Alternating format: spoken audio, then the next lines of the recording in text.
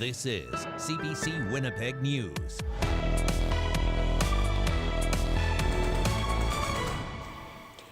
Good evening. Thank you for joining us. Rising prices for even basic necessities just keep squeezing Manitobans. So now, for the second time in less than a year, the province is sending out a round of checks. And as CBC's Cameron McLean reports, this time, more people can expect to be paid. See? Look, $1.99, but it's all gone. Dorothy Bond always looks for deals when she visits the grocery store. The price of food is going up, and so is a lot of things, clothing, and sometimes you wonder, you have to make choices. Premier Heather Stephenson announced a new round of payments. We hear Manitobans when they tell us they can hardly afford to put gas in their cars. Single adults will get $225, while couples will get $375. Last time, checks were limited to families with children, low-income seniors, and people on social assistance. Now, anyone making under $175,000 is eligible. This will continue and provide more relief for those low-income Manitobans that we helped out in our previous affordability package, but this will expand it beyond that. There are some signs that the rapid rise in the cost of living might be slowing down. The inflation rate fell to 6.3%, the lowest it's been since February, but that can't be said for some major expenses like food, which increased by almost twice that. Stephenson says the checks are needed to counter Ottawa's carbon tax, calling it the Carbon Tax Relief Fund. The payments come from a pool of $200 million that is part of this new fund. The leader of the opposition dismissed the payments as a political tactic. Well, my first thought with the package announced today was this is a sure sign we're in an election year. Government has to go to polls in a few months, and here they are. They're going to send checks to everybody in the province. One economist says Manitoba's payments should have been more like Quebec's, which had a lower income threshold and gave bigger checks to people who earned less money. This program is just too broadly based to really make a big impact on those that are perhaps most in need. Dorothy Bond says she'll make use of the money. Anything helps. Yep. Yeah, we just do the best you can. People can expect to receive their checks by the end of January. Cameron McLean, CBC News, Winnipeg.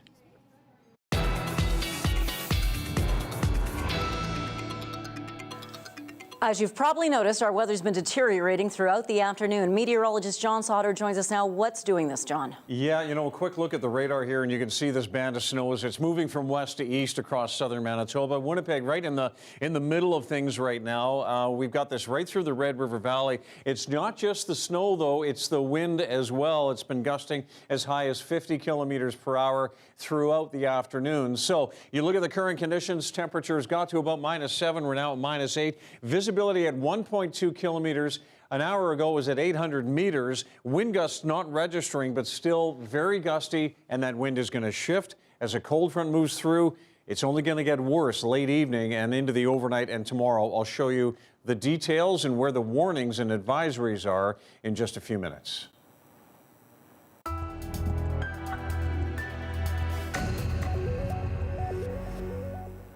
Peter Nygard wants a Toronto jail to allow him access to a phone 11 hours a day. The details are revealed in court documents filed in his company's receivership proceedings. Our CBCI team and Caroline Bargout report. When Peter Nygard was transferred from Manitoba's Headingley Correctional Centre to the Toronto South Detention Centre, the only way he could speak to his lawyers was if they called the jail and a guard went to get him. That was in October 2021. According to court documents filed in his company's receivership case, by December of that same year, Nygard was able to increase phone access to 4 hours a day. Nygard company lawyers say they want the jail to allow him phone access for 11 hours a day, like when he was in Headingley. 9 Nygard companies have been in receivership since March 2020. Nygard himself is charged with sexual assault and forcible confinement in Toronto and Montreal, and will be extradited to the United States once his Canadian trials are over to face a criminal trial in New York. His receivership lawyers say a lot of time has been spent trying to increase Nygard's phone and video conferencing time so he can review documents. The 81-year-old finds it difficult to receive information and discuss it over the phone. It's easier and quicker for him to understand documents when he reads them, which he does over the screen during video conferencing. Nygard's video conferencing time has been increased from 20 minutes a day to 50 minutes a day, Monday to Friday, and 100 minutes each day of the weekend. Winnipeg defense lawyer and board chair of the John Howard Society, Zilla Jones, doesn't know how Nygard was able to get the extra time, but says on the face of it, it appears he's getting special treatment. Time is limited on the phone and on video for all the inmates. And for one person to have outside their share means others get less. Jones says all inmates should be treated fairly and humanely and have the same type of access as Nygard. It should not depend on who you are. It should not depend on your income. It shouldn't depend on who your lawyer is, how you pay them, how much you're in the news. Nygard's lawyer said they were going to ask the court to increase his phone access to 11 hours a day. It's not known if that was granted. Caroline Bargout, CBC News, Winnipeg. One of Winnipeg's city councillors says it's time to regulate hookah lounges. Cindy Gilroy says flavored tobacco businesses pose a carbon monoxide threat. CBC's Bartley Kivas joins us now live from the newsroom. Bartley, what is the councillor's concern about hookah lounges? The councillor for Daniel McIntyre says the indoor tobacco products contain carcinogens and pollutants. Cindy Gilroy says they can endanger workers or customers at hookah lounges, so she wants to explore regulations by looking at what other cities do with hookah lounges and by consulting with the Manitoba Liquor, Cannabis and Gaming Authority on ventilation and workplace standards. Hookah lounges use coal to burn the hookah, which could be very dangerous to people's health. And we're finding that our fire department has to go into these buildings and actually shut them down because they're afraid of carbon monoxide. Now, Gilroy just mentioned there that the fire paramedic services actually closed some hookah lounges. Which ones? Well, this is the thing. Gilroy can't name a hookah lounge that was closed. She also can't say when this happened, and neither can the Winnipeg Fire Paramedic Service. It says it has no record of closing any hookah lounge due to carbon monoxide over the past year. Now, I spoke to the owner of one Winnipeg cafe that offers hookah, and she said she's not aware of any lounges getting closed for carbon monoxide. She also questioned why City Hall would even talk about this without consulting her community. You're talking about creating regulations. That means considering finances. And when small businesses have been shut down for 2 years and affected by a pandemic, are you going to be financially supporting us to be able to create these regulations? Kheba Abdelhamid also says hookah lounges are places some newcomers who don't drink go to socialize. Now, I asked Cindy Gilroy if she was concerned about the optics of this proposal. She said no, this is a safety issue. So what else happened at City Hall today, Bartley? Winnipeg's mayor shook up the police board. 3 people are out, 3 people are in. Scott Gilliam also confirmed Winnipeg will place security on transit buses this year. This was a campaign promise for him last fall. We're actively working on it now. I would like to get it to happen as soon as possible, whether it's 3 months or just beyond that. We don't have a definite timeline right now, but I can assure you that we're actively working on getting this in place. We may find out more about transit security when the city budget comes out in February. Janet. Thank you, Bartley. That's the CBC's Bartley Kivas reporting live from the newsroom tonight. Police are investigating a homicide in Winnipeg's downtown core. Officers were called around 6 last night to an apartment building in the 300 block of Hargrave Street. They found a 65-year-old man there who was seriously injured. He later died in the hospital. Police have identified him as Richard Darrell Wheeler of Winnipeg. They're asking anyone with information about him to call the homicide unit or Crime Stoppers. Winnipeg police are also looking for a man who grabbed a teenage girl as she walked to school yesterday morning. They released these photos of a suspect today. The incident happened yesterday, 9 a.m., in the Daniel McIntyre neighborhood. The girl was walking at McGee and Wellington Street when a man grabbed both her arms and tried to kiss her. The girl got away and ran to school. If you think you recognize the man in these photos, contact the Winnipeg Police Sex Crimes Unit. Seniors living at a downtown Winnipeg high-rise will not be forced out of their homes when new owners take over and raise their rents. For decades, Lions Place on Portage Avenue has offered rent geared to income housing. Lions Housing Centre sold the building to an Alberta firm, fueling concerns and protests that the seniors might have to move out of the building. The provincial government says it has worked out a $2 year $1.2 million deal with that Alberta company to subsidize rents. The government says it's also working on a new funding model to protect vulnerable people from big rent increases. A group of men from Norway House is in Winnipeg this week with hope in their hearts. They're learning crisis and employment skills to bring back to their community. CBC's Matt Humphrey has more on their story. These men are in Winnipeg on a mission to help Norway House. They're part of Strength in the Circle, a trauma healing support group for Indigenous men. They say safety is an issue back home. The violence is getting out of hand, the drugs is getting out of hand, and through us, I think we can reach out to them, and talk to them. For me personally, I've been down that path, of violence, drugs, and it's not the way to go. I truly feel like, you can end up like in bad places. It takes you to a bad place, and I just don't want to see that for the youth back home. The program is put together by Jonathan Meikle, who's originally from Norway House and has had his own struggles with addictions, depression, and anxiety. He created Strength in the Circle after a life-changing event. Me and my friend got on a bus. Individual tried to provoke me with a knife, and he went after somebody else. I ended up intervening. I disarmed and detained him. However, I was stabbed in the process. Meikle saw the violence as a cry for help.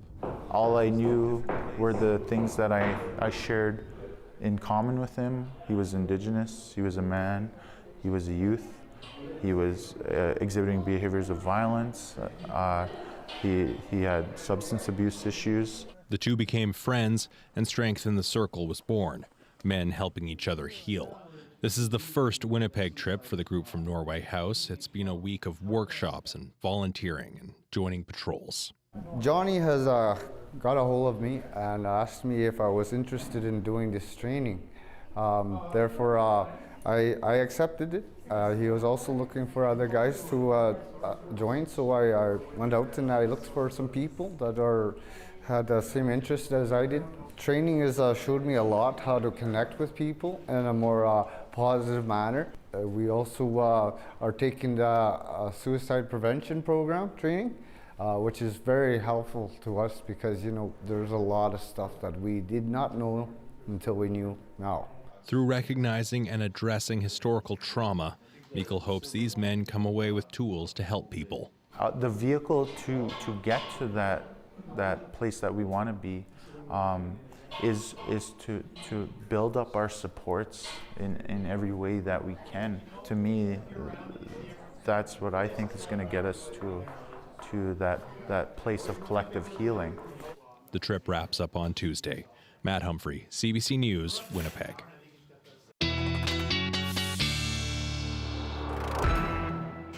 Sean Sauder joins us now with more on the weather. When we got wind like this blowing around, I always think of the highways and how visibility must just be terrible. Yeah, it's getting there. I wouldn't want to be out on the highways tonight or even tomorrow morning. And this is the interesting thing. After the snow stops falling overnight tonight, it's still going to blow around tomorrow, and so outside the city we'll have some blowing snow. I want to show you this picture. This is from Lorraine and Darlene. They were on the highway this afternoon.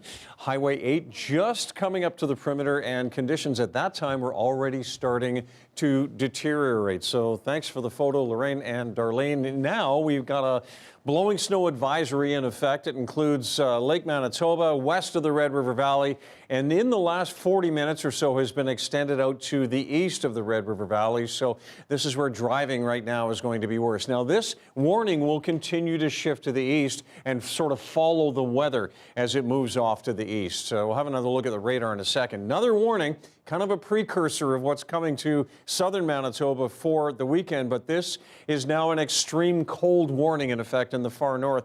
Criteria is colder for the north than it is for the south, so it has to be really, really cold. We're talking wind chill values of minus 45, and in the case of the Hudson Bay Coast, minus 50.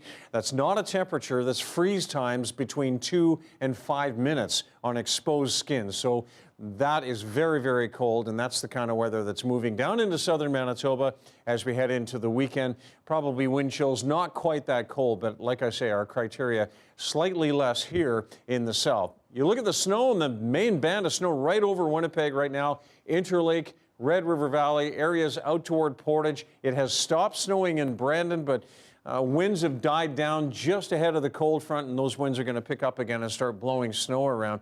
So as we look at the big picture, a few more bands of snow now just out around Riding Mountain. This is upsloping, and that's why amounts around Dauphin, Swan River, Riding Mountain could be a little bit higher when you look at the totals when all this is said and done.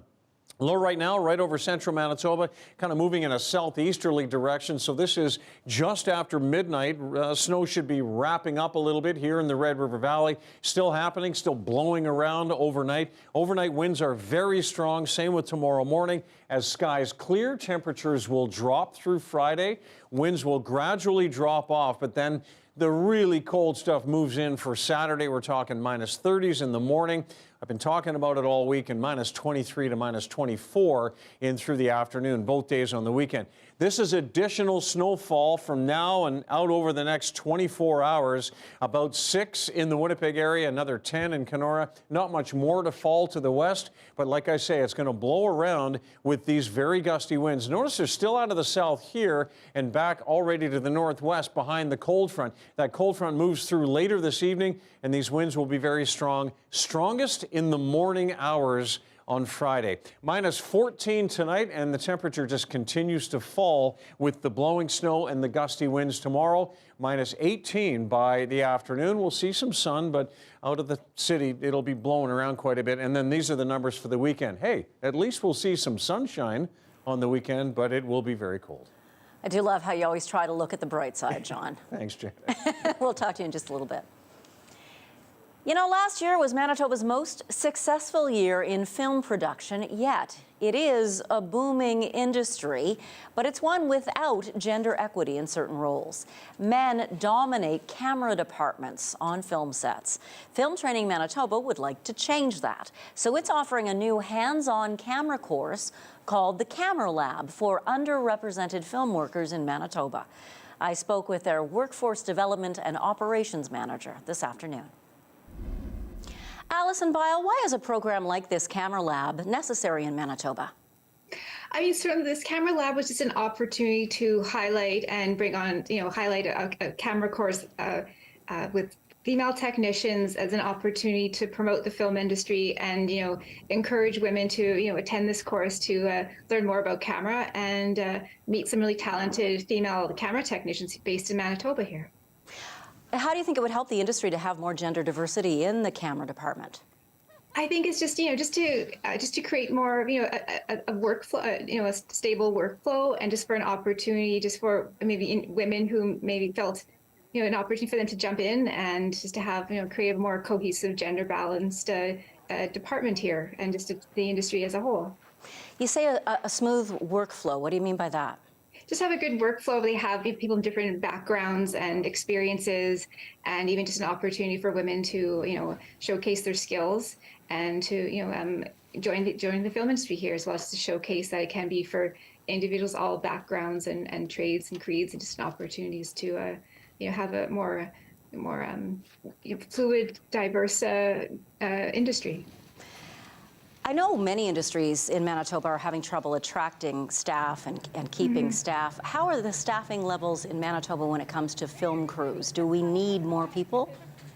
We're always certainly on the lookout for more crew members, certainly in areas such as in some of the accounting, the technical departments as well. So as the industry is growing, we need to find more people and just to recruit more individuals and just to provide training opportunities and just to feel it is it's a really great industry. So we're always on the lookout for new individuals. As we're growing, we want to find and train new people, and also help supporting existing workers to upgrade their skills and further become just so we're more competitive. So we're competitive with other cities and states and provinces that have a film industry as well. Why do you think more women, non-binary and trans people haven't already gravitated to camera departments?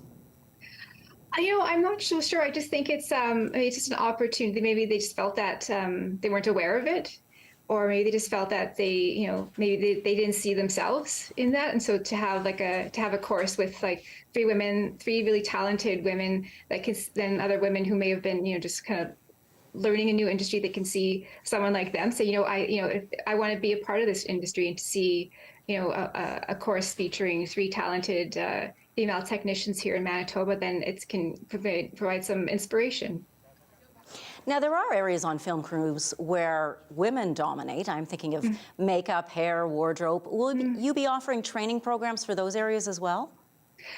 We have partnered over the years doing makeup and costume courses. I mean, we have a costume course coming up in next week as well, just to attract, new workers to, investigate the costume department.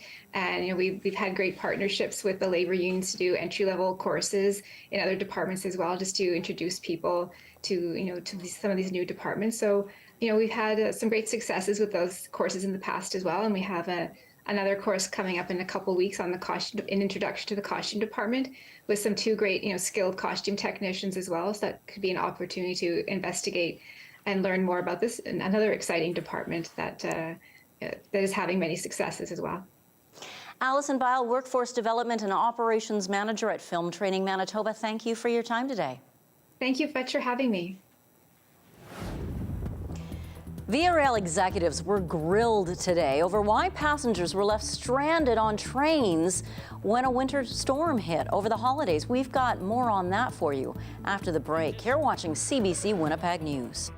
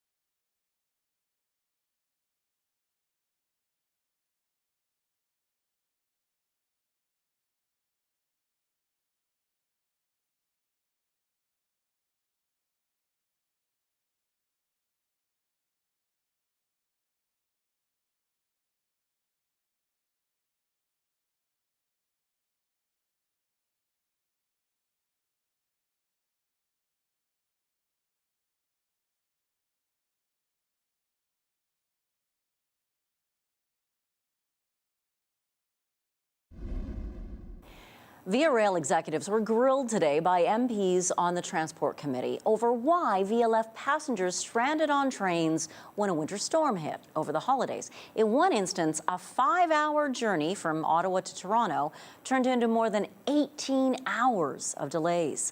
Ashley Burke reports. Days before Christmas, this is what stopped Train 55 in its tracks. But it's not what caused passengers to eventually call 911 for help. Via Rail's treatment did. It just sort of felt like you're like a caged animal. It didn't really feel too humane. Casper Baranin was among the passengers who had enough. After being trapped on board overnight near Cobourg, Ontario, by morning food and water ran out.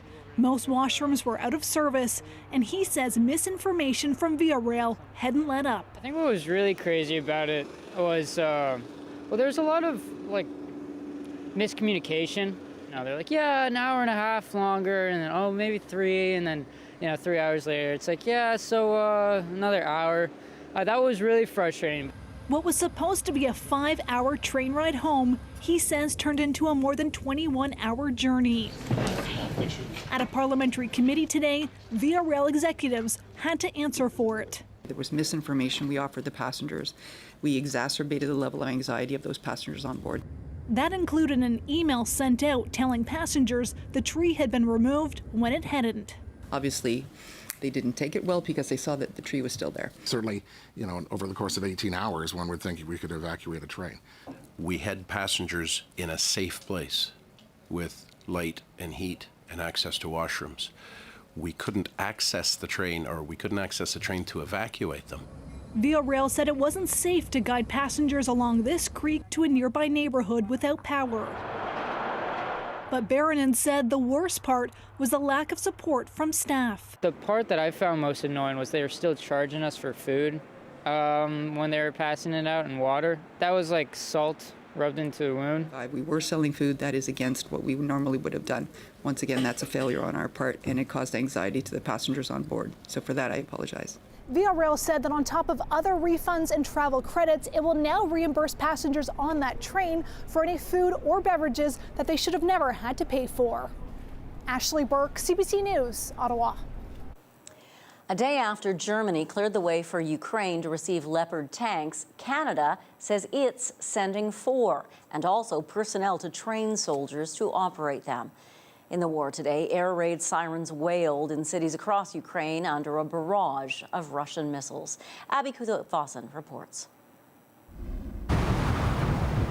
The Ukrainian army says some 55 missiles were launched into Ukraine today. They say most of them were shot down, including 20 intended for Kyiv. But Mayor Vitaly Klitschko has confirmed 1 death and 2 injuries. We saw people seeking shelter in the capital, in the underground metro stations, some with their young children. Ukraine's largest energy provider has said there are emergency power shutdowns in several areas, including the capital and Odessa. Officials say critical infrastructure was damaged in the Black Sea port city. This latest Russian bombardment comes just a day after Germany and the United States pledged to deliver main battle tanks to Ukraine. President Volodymyr Zelensky hailed the decision but urged a speedy delivery. The key now is speed and volume, the speed of training our military, the speed of supplying tanks to Ukraine, the volume of tank support. We have to form a fist of tanks, a fist of freedom, after which tyranny will not rise again. We can do it together. On Wednesday, Germany announced to initially send 14 Leopard 2 tanks, and today Defense Minister Boris Pistorius said these vehicles will be in the country by the end of March at the latest. I don't have any hints that it could be too late, because I think we will deliver our Leopards, and as everything I know, this is early enough. Other countries like Poland have indicated they too will provide tanks to Kyiv. And the Kremlin downplaying the delivery of these new weapons, but says Western tank deliveries to Kyiv indicate, quote, direct involvement in the conflict. Abby Kuthausen, CBC News, London. The closest view of the war belongs to the soldiers doing the fighting.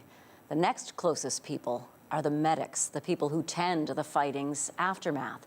CBC's Chris Brown has a report now on one of those medics who's a Canadian, now on the Ukraine war's eastern front. Another with concussions. As a medic, 36-year-old Brandon Mitchell of Miramichi, New Brunswick, Now I transfer to the front to actually do evacuations. has found himself in some of the most dangerous spots on Ukraine's front lines. More than 10 months of evacuating families, helping wounded soldiers, and delivering urgent supplies. I've had several friends that were personal friends who've died now in this war. So this is my war. In August, he was almost hit by a Russian artillery strike as he was rushing to rescue a family in besieged Sauder. A soldier. Thank you. Then, the same day, Mitchell's car struck a cluster of landmines. I ruptured my right tympanic membrane, my eardrum, and I'm told I have a traumatic brain injury. Yeah. As artillery boomed around us, we met not far from the besieged city of Bakhmut, which Russia has turned into a bloodied wasteland.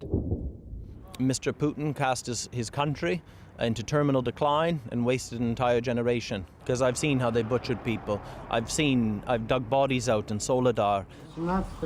Mitchell also treated Russian prisoners of war from the Wagner mercenary group. He says the man was in rough shape even before he was captured. He was malnourished, he was dehydrated.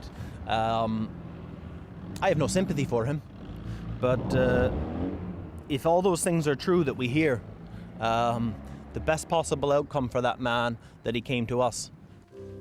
A medic's job is exceedingly high risk. Another Canadian, Greg Sekmistrenko, was killed in Bakhmut earlier this month. I don't want to die. I don't want to die. But there's other things I think about that are more scary. I'm terrified someday that actual fear itself might paralyze me, and I might not do my job. How many missiles? But Mitchell hasn't just saved lives. His social media postings and fundraising have earned enough to buy 100 generators for Ukrainians living through Putin's power outages. Ukraine will win, he says, but not quickly, and not without even more help. Chris Brown, CBC News, near Bakhmut. Oh, what a story. The federal government today announced an appointment aimed at countering anti-Muslim discrimination and hate. The new position is called the Special Representative on Combating Islamophobia. The CBC's Katie Nicholson has more now on the woman taking on that role and the task set out for her. A dark and brutal day in Canadian history. Nearly 6 years after a gunman took the lives of 6 Muslim men in a Quebec mosque, a new appointment to lead the Canadian charge against Islamophobia. It is my hope that I can act as a bridge builder and work with leaders to inspire all Canadians to better understand Muslim identities and cultures. Amira El-Gawabi, a former journalist, now Canada's first ever special representative to combat Islamophobia. Countering both persistent racism and misrepresentation of Canadian Muslim identities and cultures is a vital part of building a more inclusive society. The appointment comes after high-profile, horrific attacks on Muslims in Canada. Numbers from the National Council of Canadian Muslims show that in recent years, Canada has had the highest number of Muslims killed in hate-motivated attacks of all the G7 countries. This is like a truly historic moment for the fight against Islamophobia in Canada. We've never had the fight against Islamophobia actually be institutionalized and have a home in government. At the NCCM, there are hopes the new role can spark change at the highest levels, especially in the way national security agencies treated Muslims after 9/11. Our national security agencies have a lot of work to do to build trust within the Muslim community. Surveillance, unfair profiling, trouble that people have just going about their everyday life because of that surveillance. In London, Ontario, where 4 members of a Muslim family were killed when a vehicle plowed into them, the accused driver now awaiting trial on terror charges, today is especially meaningful. This appointment is really a part of that healing process from that attack. So we really want to see more action. And from this action, hope many more actions will follow. Katie Nicholson, CBC News, Toronto. A new report says Home Depot shared personal customer data with the parent company of Facebook without proper consent. Canada's privacy watchdog says information came from electronic receipts from the home improvement retail giant. Thomas Daigle has more on the story. Shoppers at Home Depot are often asked for their email address at checkout, ostensibly to send an e-receipt like this, making returns easier. Or at least that's what many customers were led to believe. We're busy, we just think we're getting a receipt. I don't really look at any of the fine print that's on the screen. It turns out since 2018, the retail giant was sharing Canadian e-receipt data with Facebook's parent company. As you hear more about things like this, it's like, no, I'd rather opt not out of it. In a new report, the Federal Privacy Commissioner slams Home Depot for failing to obtain shoppers' consent. When they were buying at the counter, they had no reason to suspect that this information would be shared. In what Meta calls its offline conversions program, Home Depot sent its customers' purchase information and encoded email addresses. In turn, Facebook used that data to tailor ads to individual users. They're taking these email lists, uploading them into Facebook so that you can retarget your audience. What's more, the privacy watchdog says other retailers may be doing the same if they're asking for your email address. This practice is not consistent with privacy law. It has to stop. He worries in some stores, customer data could be used to glean sensitive details about a shopper's health or sexuality without them ever knowing. I'm certain that other companies are doing this, and this is a wake-up call that privacy is important. It's a fundamental right. The hardware chain told CBC News it stopped using the data sharing tool 3 months ago once the privacy commissioner raised concerns. Home Depot said it values and respects the privacy of its customers. Thomas Daigle of CBC News, Toronto. This is not what our city looks like right now. It looks much, much snowier than this beautiful shot. Meteorologist John Sauder will join us after the break to tell us more about the weather ahead. And we'll take you to the 4th annual Indigenous Aviation and Aerospace Showcase. So stay with us.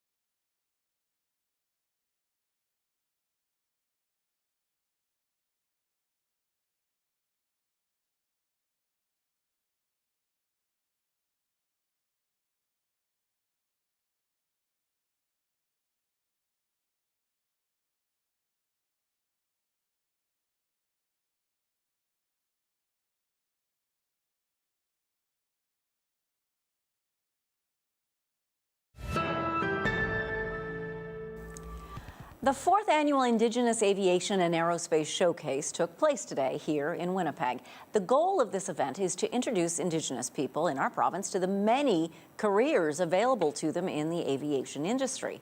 Our Kevin Nipatebo was there.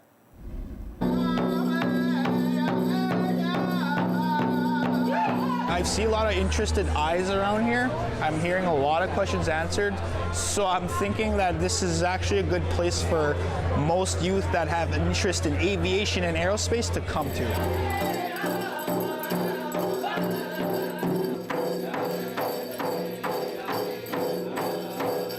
Today is our 4th annual Indigenous Aerospace and Aviation Showcase. It's important for us to kind of show all of these wonderful opportunities that are right here available to our Indigenous youth. So this is why the showcase was created. It was created for them specifically.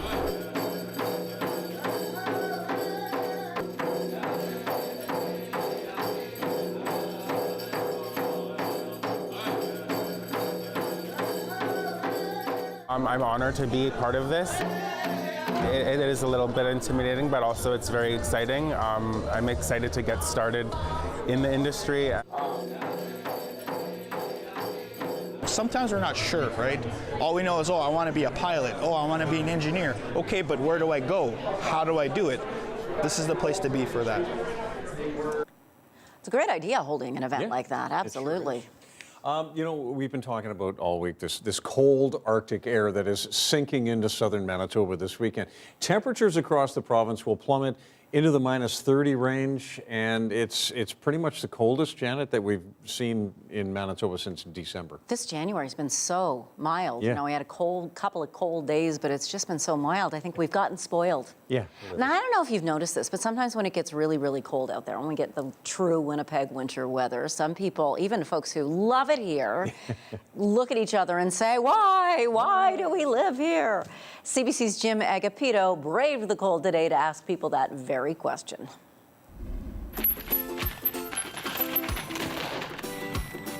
You're out here in the cold. Tell me, why do you live in Winnipeg? Well, I just moved here this summer, so I like Winnipeg. It's a nice city. I don't know. It's very cold though. Why do you guys live in Winnipeg? I live in Winnipeg because I was born here and because there's nowhere else I'd rather be. I actually ended up here just over 5 years ago. Why does any man come anywhere? It's following a girl. But yeah, no, I love it. It's an amazing city. It's so rich and diverse in culture and food, which is what I love. And I get to skate to work. And where else in the world can I do that? You guys are out here, you're at the Forks. I see you have a little one. What is the plans for today? We're just walking around. It's my day off, so we're just enjoying the day, enjoying that winter pig. Can you tell me, why do you live in Winnipeg? So I was born here, and I love curling. Love curling? If I move away, I can't curl anywhere. You move somewhere warm, there's no curling clubs. You moved here, obviously, Patty. Sell me on the idea. I don't like the cold. Sell me on Winnipeg. When it's cold, the people always like to have the slushies, and we're so used to the cold, so the slushy things, the 7-Eleven, you know, cold drinks in the winter, the slush puppies inside the Forks.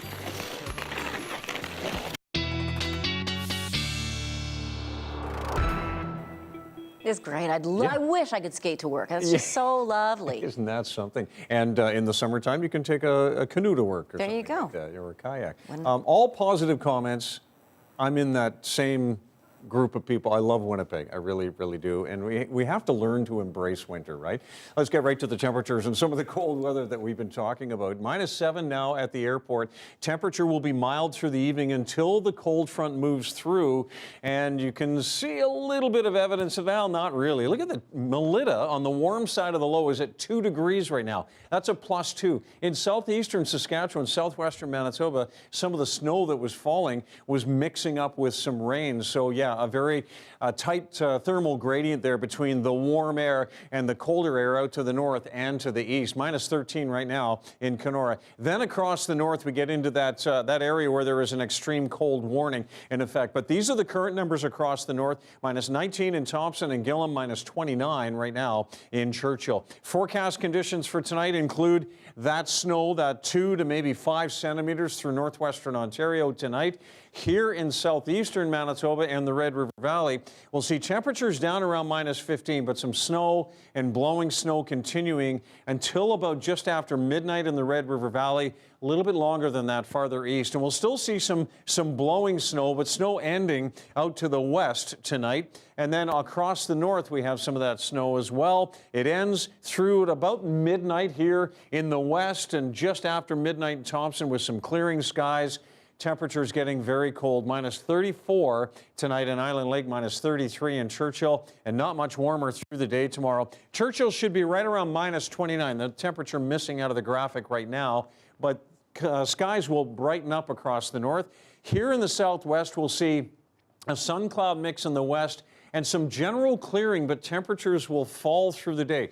For Brandon, falling to minus 20 in the afternoon. Winnipeg, this is really a morning temperature. Everybody falling off to about minus 17, minus 18 in the afternoon as skies clear.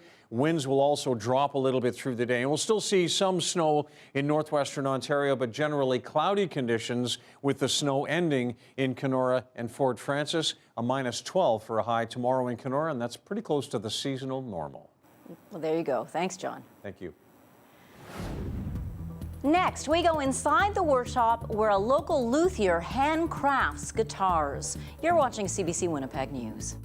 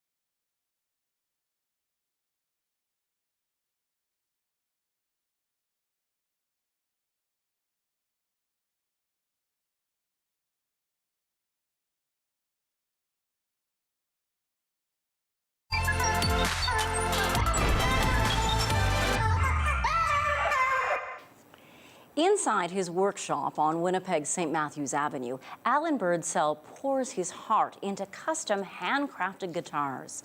He is the subject of a new short film made by students at Winnipeg's Sisler High as part of a project with CBC's Creator Network.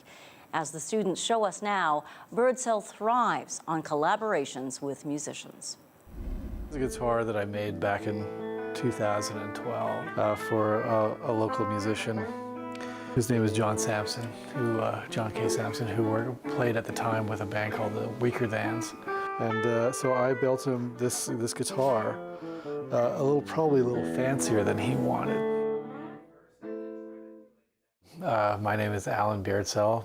I'm a guitar maker. I live in Winnipeg, and this is my shop.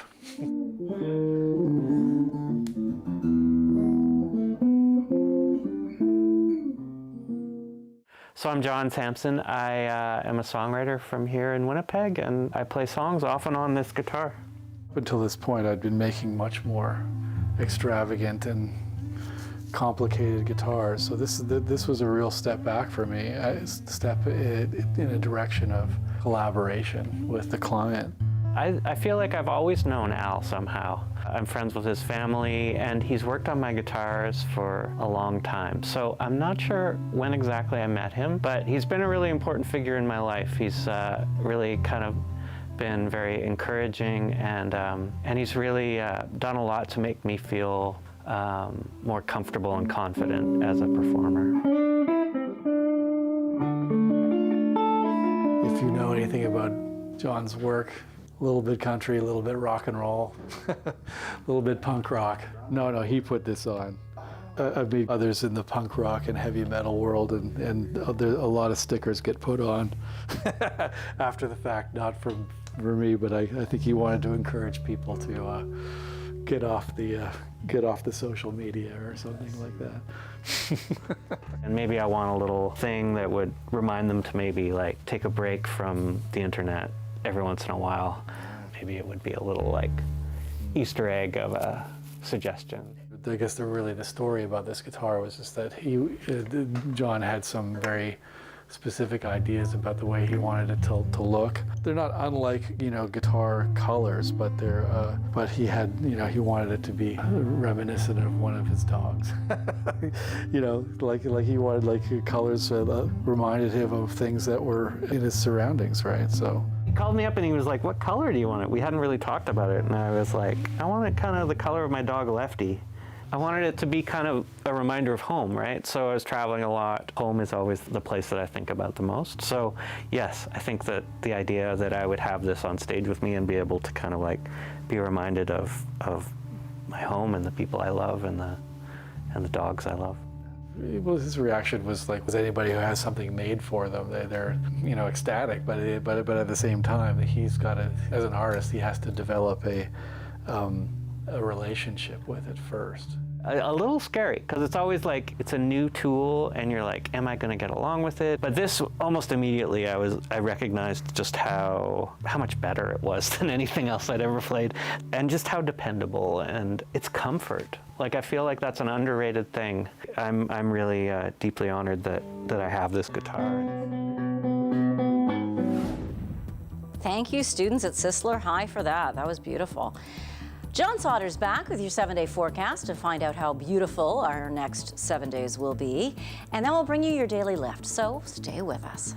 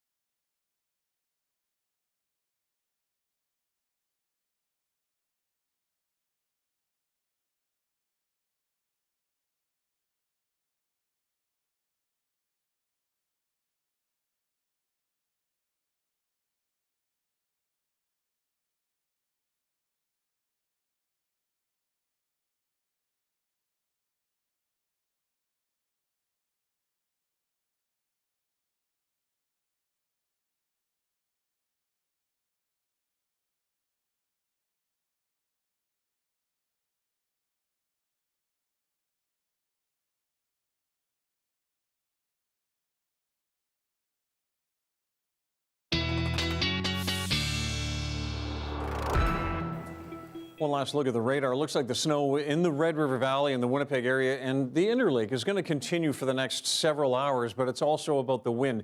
Blowing snow tonight, and even as we clear and the snow stops tomorrow, we'll still see some blowing snow and falling temperatures. And then check out the weekend. And that cold weather extends into next week. Look at Wednesday, a high of -24.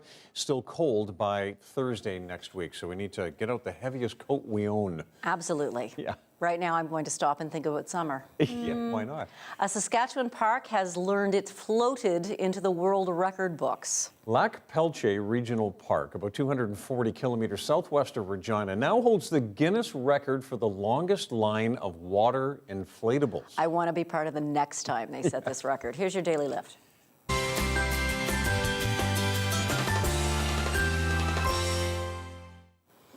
Park officials were only told recently they broke the record at this event, which took place last July. Oh my goodness. Officials say this actually took a lot of planning. Preparations for it began back in September 2021. The line of people in their floaties was 358.7 meters long. Wow. That's 143 meters longer than the previous one. Set in the pool. It looks like a ton of fun, doesn't it? It really does. It really does. So And it looks next like year, fun. Yeah. next year, call us. We're there. See ya.